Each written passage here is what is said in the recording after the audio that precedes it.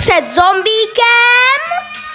Vyber si dům, buď hrad, to je odběr, nebo bunkr, to je like, a nebo tahle ta základna, to je koment. No a teď se jdeme podívat na výsledek zombíka, jestli přerazí základnu, spíš porazí.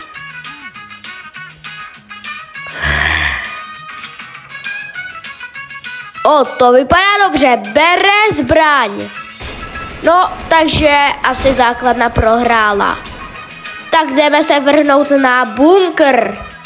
Bunkr vypadá zajímavě, tak doufám, že teda lajky vyhrajou. Tak jdeme se podívat. No, zatím to vypadá nějak dobře. Teď jde a co?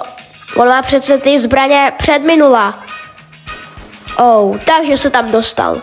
Takže žádný problém. Takže lajky prohrály. Tak teď samozřejmě nic lepšího není hrad. No, takže kdo to říkal, vyhráli odběry. No, takže odběry vyhráli, takže přežili. Hustý.